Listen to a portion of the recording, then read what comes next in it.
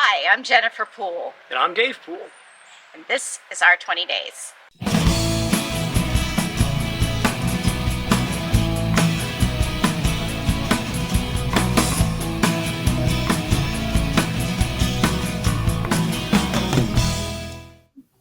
Yeah, I know. I've got my whole little list of house projects, and I've got I'm finishing up some Google Apps script that I've written to process some XML formatted files that come in. And it's part of an email reporting system that called DMARC. That's been put together.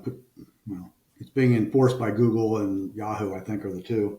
But in any case, it's supposed to be a way of getting some information on whether or not your emails are passing either the SPF protocol or the DKIM protocol. So you get all these daily report, just basically all these XML feeds, and then so I've got all the app scripts that go parse through an inbox, grab the XML files, which are typically compressed, so they're either in gzip format or just zip format, uncompresses it, put them in a drive. Got another program that picks up the XML files out of the drive and parses through them, makes CSV files out of them. And finally, the last program grabs those CSV files that get produced and upload them to Google BigQuery, which is a cloud database, which is really kind of amazing how fast it is. And then I use another Google product called Looker Studio to create dashboards from that. So and I've done this kind of thing before, actually back at Catalyst Paper as a trial run for a digital filing system application that took I sat down with people one day, and this wasn't anywhere near my day job, but as a strategist, I was trying to say, we have all these paper files, and it's just ridiculous. And nobody's really kind of grabbed the rein of it, saying this is just not the right way to continue doing business for a number of reasons. And because they're running out of filing space and looking at the prospect of getting more files or offsite storage or office space, actually provided a financial incentive to go ahead and do this. Not that it cost them anything, because I wrote it as a salaried employee, so it really didn't make a difference. But I used Google Apps Script for the first generation of that app, and then later rewrote it in Microsoft PowerShell. And because as I was going to be retired, it's like PowerShell is something that there'll be people on staff that can recognize it and kind of go with it. It's kind of like VBA or something with Excel. Somebody will be able to pick it up and figure it out if necessary. So I wrote that PowerShell application, or rewrote it in PowerShell. The first time I'd ever done anything in PowerShell, and there were some things that were easier and some things that weren't. And the integration in the Microsoft ecosystem really helped. And then after I left and retired, they called me back and wanted me to write 2 more digital filing applications for them, one for accounts payable and one for customer orders. And because they had those 3, which was the majority of their actual paper-based filing stuff, when COVID came around and nobody could go to the office, everybody could actually get their job done because it all worked over the VPN just as well as it did if they were sitting at their desks. So in some odd way, the whole justification started as, we're running out of filing space. We're going to have to spend money to do this, to, we sure are glad that we did it, because we don't know how we would have gotten through COVID. It's interesting. You mentioned the DMARC stuff. So for all the different domain names I have, I get a good number of DMARC reports, that I've set up on just about all of them. And I was curiously surprised the first time I got one of the reports is I thought, let's see what that looks like. I right click on it and said open or whatever it was. And it opened with Adobe Illustrator, which was like, I'm trying to think, why would an XML file default to Illustrator? And I guess, I guess there's some things that Illustrator will do with an XML file, but I would have thought for sure it would have opened with Word or Excel or something that's just a standard issue file editor is what I would have guessed, Notepad or whatever. But nope, it opened up in Illustrator very strangely. All right. So anyway, since you and I last talked, you traveled someplace 2 weeks ago. I've forgotten where. Ah, Texas. so that was to see the grandkids and all this during the seemingly dead period of for college football coaches. Yeah, they're in their last. This is their last week of the 3 week break that college football coaches typically get as their longest break of the year. And see, Texas was very well. First of all, the grandkids were fun. We got to play in the pool with the older one who, at 4 years old, is convinced that he can swim because he can flail his arms, but really can't. Yeah. But he's sure he You know, is. there's a lot of And then, analogies in life with that example, aren't there? Yeah, people think they can do something yes, because they can flail around. yeah. So he was a hoot. He's always he's fun, but he is 100% boy and 100% in motion the whole time. So, and then our granddaughter, who's turned 10 months old, she was right on the cusp of crawling. I mean, she was on the floor. She just put her in the middle of the living room, and you could pretty much just walk away because she wasn't really going to go anywhere.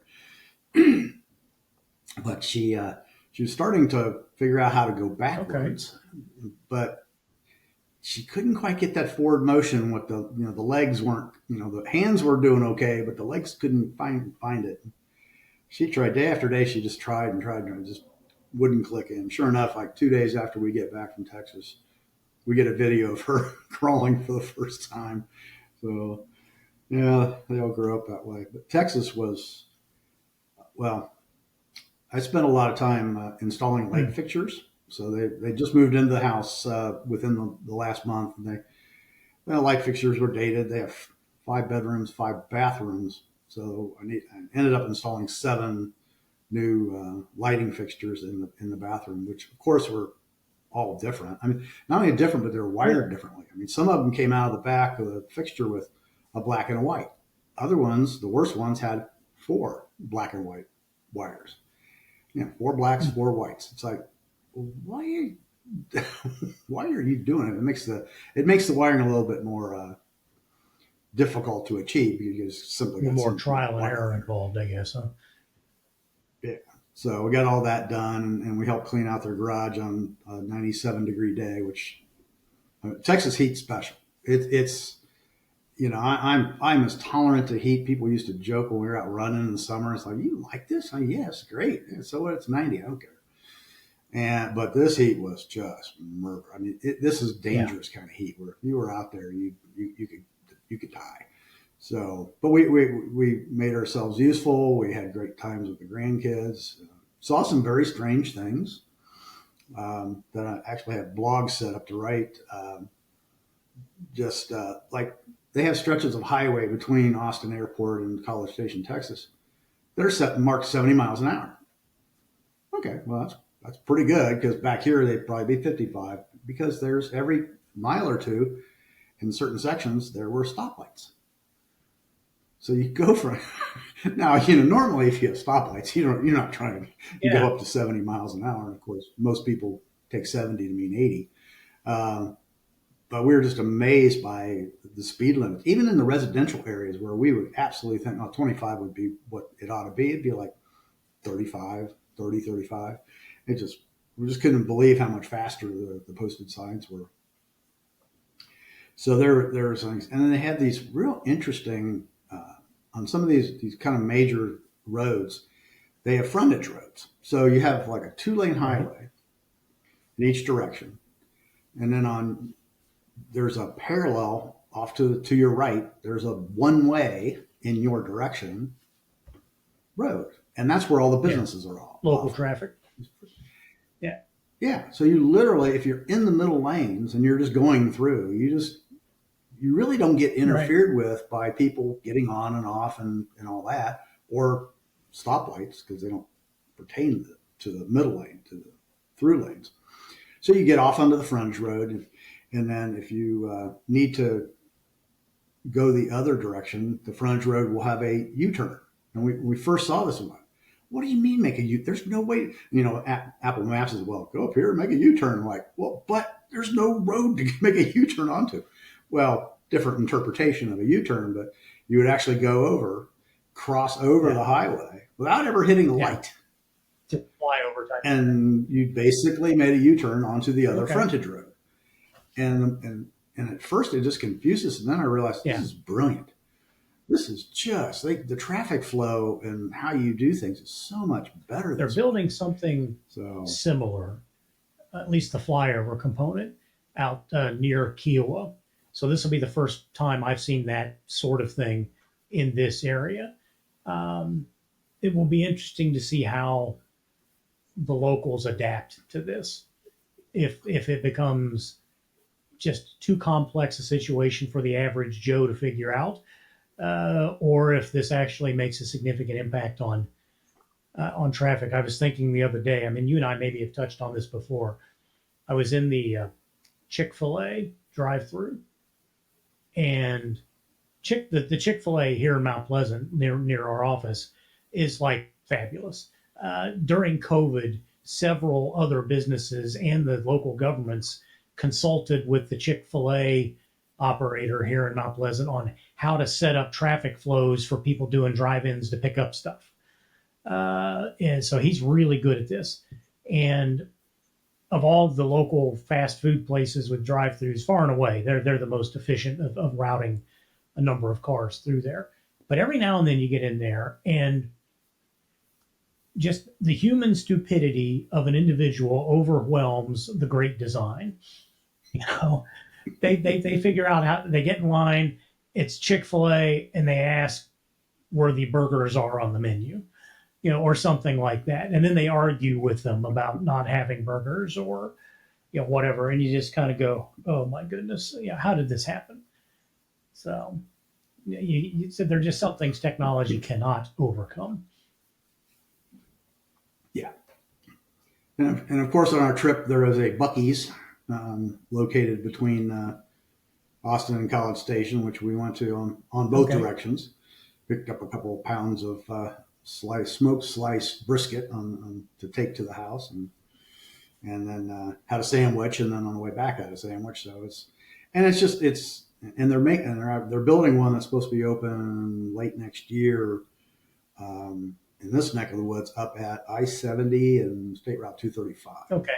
So you can see it on Google Maps. Okay, it must be going here because there's this huge field, and a Buc-ee's is 78,000 square feet of retail space, and it's just a hoot. And they're known for clean restrooms, which is absolutely true, and the 100+ pumps for gasoline and all this. But the food and just the variety of people, I think it's funny people walking through with shopping carts picking up Buc-ee merchandise. It just doesn't look at all like any other a gas station you had ever seen in your life. Yeah, I think there's one in Greenville. I think that's the closest one we have to where we are, but it's very much a significant tourist attraction apparently. So yeah. Well, hey, I have to jump to a call here in about 5 minutes myself this morning, so today we'll cut it a little bit short. But other than that, good chatting with you, and we'll talk to you next week. Yep, and by then we'll be back from Buffalo. Cool. I look forward to the trip report. All right, man. Take care.